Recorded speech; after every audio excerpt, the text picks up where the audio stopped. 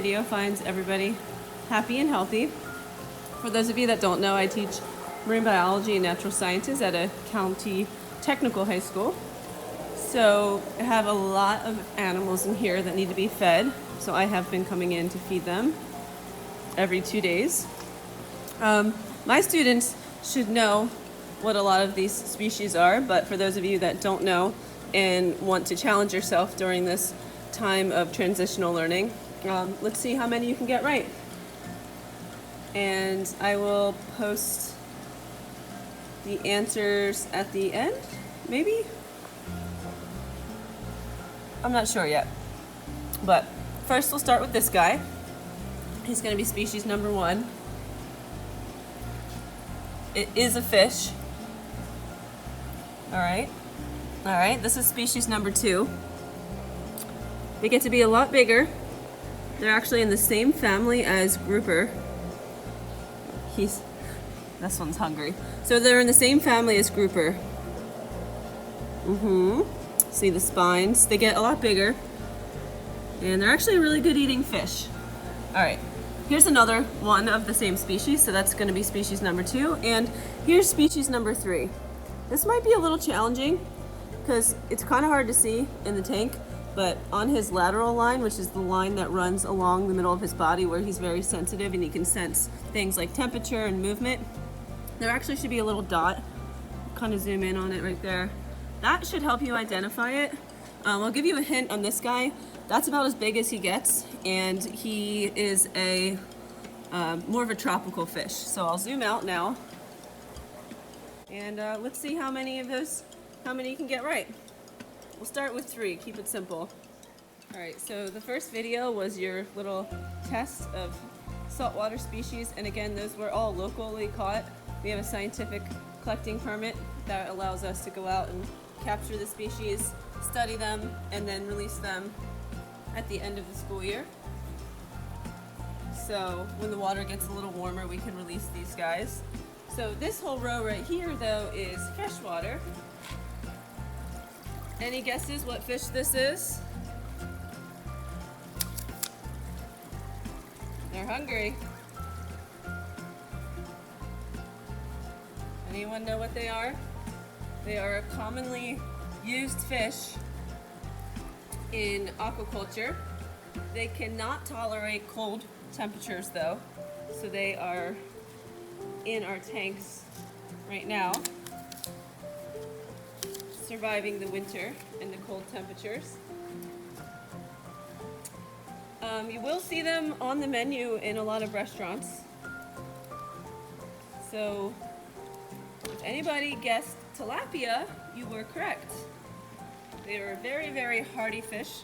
They can withstand very dirty tanks. They can withstand, you can put a lot of them in one tank together, as you can see. They can get a little aggressive and competitive sometimes. Sometimes they will even eat each other. But they are very, very sustainable fish for aquaculture purposes if you live in an area where the temperature does not get below 65 degrees. So if you do live in an area where it gets that low, you do have to bring them in the wintertime. All right, so here we have our mealworms. Mealworms actually get their nutrients from eating potatoes. They get their water and everything they need from eating them. I think this is kind of cool. So you can see where the mealworms have gone into the potato. Kind of disturbing. Maybe you might not want to eat potatoes tonight for dinner after seeing this, but it's okay. So the bearded dragon, he loves to eat mealworms, but we also have to have him eat some vegetables. So you can see he's in the middle of eating some green pepper. Some other things we feed him are kale and lettuce, blueberries. But the mealworms are kind of like a delicious treat for him. He's just got one right now. Some other things that people feed bearded dragons are crickets. You can get certain pellets for them. Look, buddy. Here's some worms. Can you get him out of the potato? Oh, yeah, he does bite. You gotta watch out for that.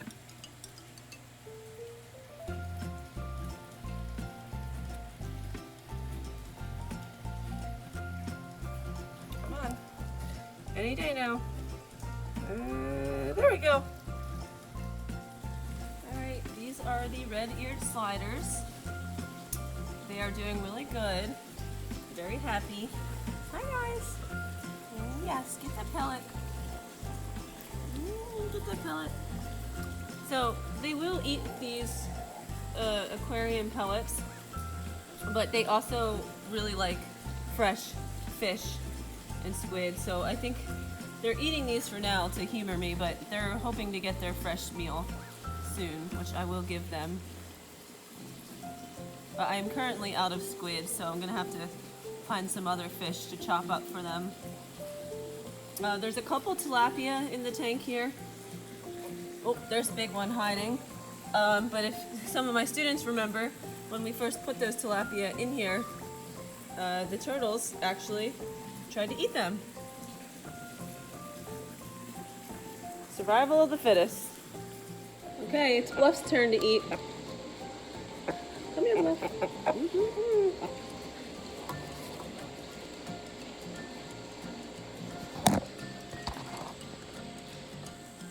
So this is really cool. This eel I actually just discovered. It's getting very large. It's actually a different species of eel than the one in the beginning of the video. So at the beginning of the video, if you guessed American eel for that other really long fish, you were correct. But this one is actually a conger eel. So very large. They get very, very large. I see them scuba diving a lot. If you check out some of my scuba diving videos, you might see some of them. A little bit different makeup. They have a different shaped jaw, and their dorsal fin, which is the fin on top of the body, their dorsal fin starts much further back on the body. Here we have two oyster toadfish, actually. Very beautiful, beautiful fish, yeah. We have some black drum. We have some sheep's head. Not to be confused with a sheep's head minnow. All right, these guys get very large and they're very good eating. And then we have these really cute little guys at the bottom here. Very aggressive. Don't let their size fool you. This is a feathered blenny. So I better stop talking and feed these guys because they are getting very angry with me that I'm not feeding them. Aren't you? Oh, he looks angry.